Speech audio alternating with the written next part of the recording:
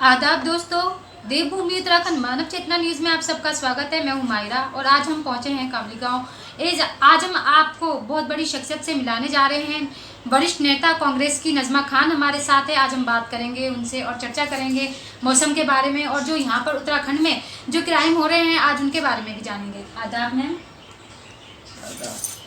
Ma'am आपसे जानना चाहेंगे, जिस तरह से उत्तराखंड एक बहुत बड़ा ऐसा होने जा रहा है कि जिसमें कि अपराध हो रहे हैं और क्राइम ज़्यादा हो रहे हैं, छोटी बच्चियां सुरक्षित नहीं है, तो क्या कहना चाहेंगे आप इस बारे में?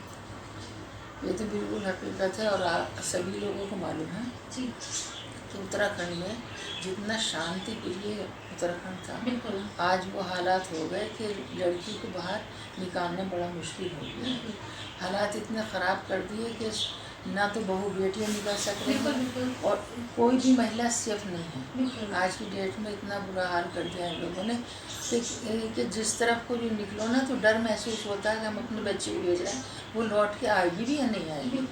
तो ये एक ऐसी जगह थी, उत्तराखंड एक ऐसा शहर था, इतना ऐसा प्रदेश है ये उत्तराखंड कि आप देखें कि सिर्फ उत्तराखंड ही एक ऐसा है कि जो महिलाओं के बनाया हुआ है, जो महिलाओं ने अपनी इज्जत दे करके, अपने मार पीट करके, अपना सब कुछ दे करके ये उत्तराखंड बनाया, ये सिर्फ महिलाओं को, उसमें मैं भी शामिल हूँ। तो मैं भी उत्तराखंड आंदोलनकारी हूँ और मैंने भी बहुत ज़्यादा संघर्ष किया इस उत्तराखंड बनाने में, लेकिन ये उम्मीद नहीं थी जो उत्तराखंड के लिए आज उम्मीद हो रही। आज जो देख रहे हैं हम लोग, हर तरफ से जो भी कुछ हो रहा है उसे देख के ना बस रोना ही आता है और कुछ नहीं है।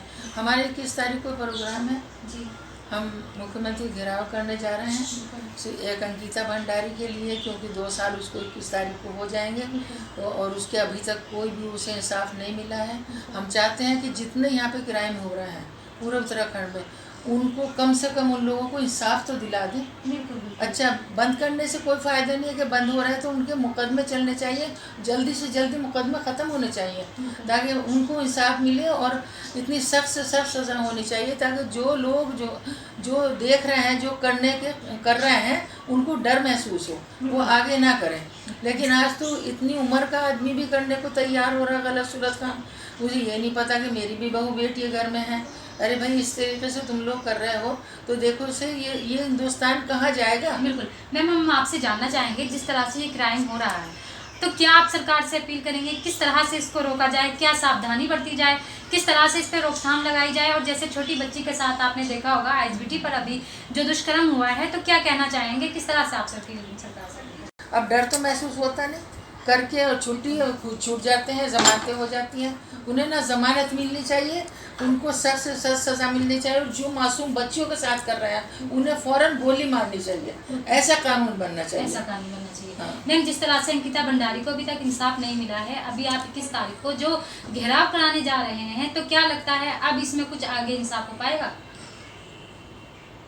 2 साल से तो कुछ इंसाफ मिला नहीं। हम लोगों ने हज़ारों बार प्रदर्शन किए, बहुत ज़्यादा, मतलब हम लोगों ने सड़कों पे आए हम, लेकिन कुछ नहीं हुआ।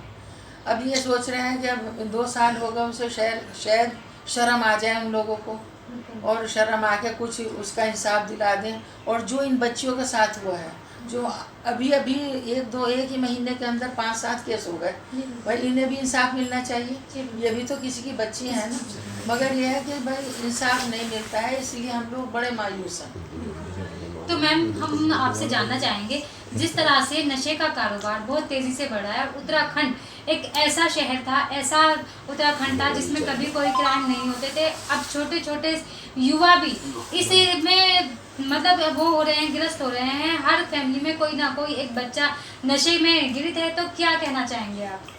मैं तो ये कहना चाहूँगी कि इसके ऊपर सख्त से सख्त पाबंदी लगानी चाहिए और ये देखना चाहिए, ये काम पुलिस का है, ये काम देखना चाहिए कि जो लोग कर रहे हैं।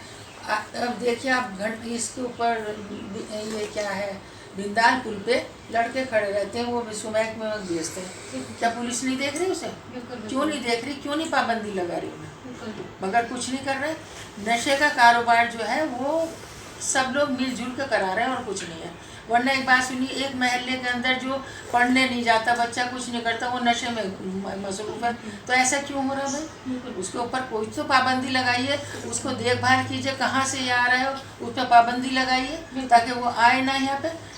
उत्तराखंड के अंदर इस कदर नशा आ गया है कि कुछ कहने की हद नहीं। बिल्कुल बाहर से आ रहा सारा नशा, ऐसा नहीं, और आने क्यों दे रहा है भाई? तो बिल्कुल बिल्कुल।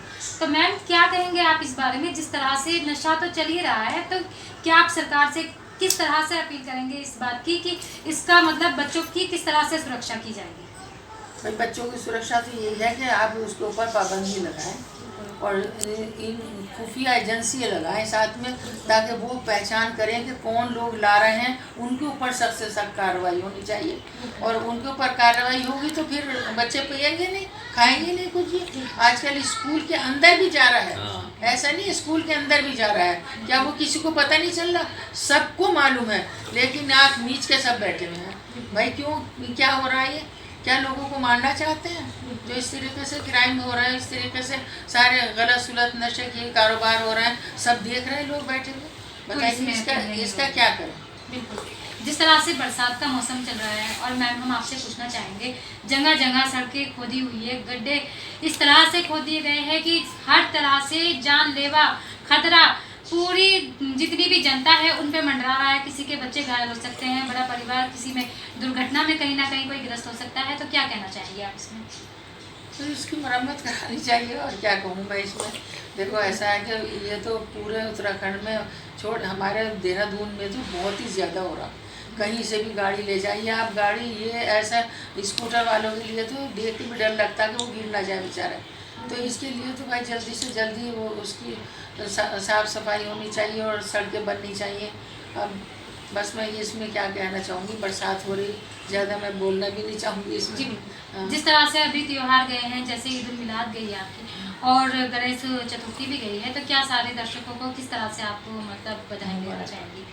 बस मैं सबको मुबारकबाद देना चाहूँगी। हमारे हजूर का भाई वफ़ात थी, 12 वफ़ात हमारे हजूर की वफ़ात भी थी और पैदाइश भी थी, दोनों ही थे। तो उसकी हमें खुशी भी है और गम भी है, दोनों ही है। दूसरा ये गणेश चतुर्थी का है, उनको मैं बधाई बहुत देना चाहूँगी। और शायद कल मैंने देखा कि वाल्मीकि का भी था कुछ, उन लोगों को भी मैं बधाई देना चाहूँगी।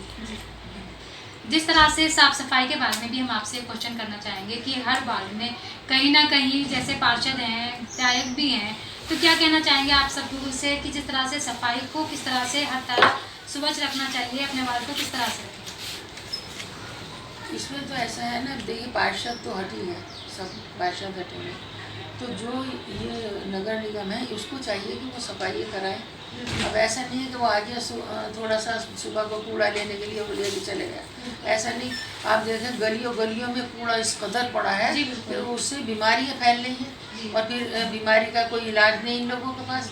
तो भाई उसकी साफ सफाई तो करो, कम से कम नालियाँ सफाई करो, पानी भर जाता है पूरा, इतनी परेशानी हो रही है लोगों को। हाँ, डेंगू फैल रहा है बहुत ज़्यादा, डेंगू को भी कुछ नहीं कर रहे हैं, कुछ नहीं हो रहा। तो मैम हमारे मानव चेतना के माध्यम से आप सारी जनता को क्या संदेश देना चाहेंगी सुरक्षा के लिए, या कड़ी से कड़ी जितनी भी आपने अभी हमसे बातें की है उन सब के लिए क्या सुरक्षा की जाए? बस मैं जो बोल दिया वो सही बोल दिया। दोस्तों आपने देखा हमारे साथ थी आज वरिष्ठ नेता नज़मा खान, और आज उन्होंने जितनी भी बातें कही है कि कितने क्राइम हो रहे हैं लेकिन उस पर कहीं भी कोई भी ध्यान नहीं दिया जा रहा है। तो हम सरकार से भी अपील करेंगे और जितनी भी जनता है उनसे भी कहेंगे कि सुरक्षा का, सरकार को भी बोलेंगे कि सख्त से सख्त कानून लागू किया जाए और हर बच्ची जितने भी अपने शहर में हो, क्षेत्र में हो, उनकी सुरक्षा के लिए कानून नया लाया जाए। मैं नज़मा खान मैम का धन्यवाद करूंगी और शुक्रिया अदा करूंगी कि उन्होंने हमें अपना कीमती वक्त दिया। शुक्रिया मैम। अगली न्यूज़ में मैं फिर कहीं ना कहीं नई शख्सियत के साथ मिलूंगी। देखते रहिए मानव चेतना न्यूज़। मेरे सहयोगी फवादिया मैम, अजय भाई और समद सर के साथ धन्यवाद। Thank you.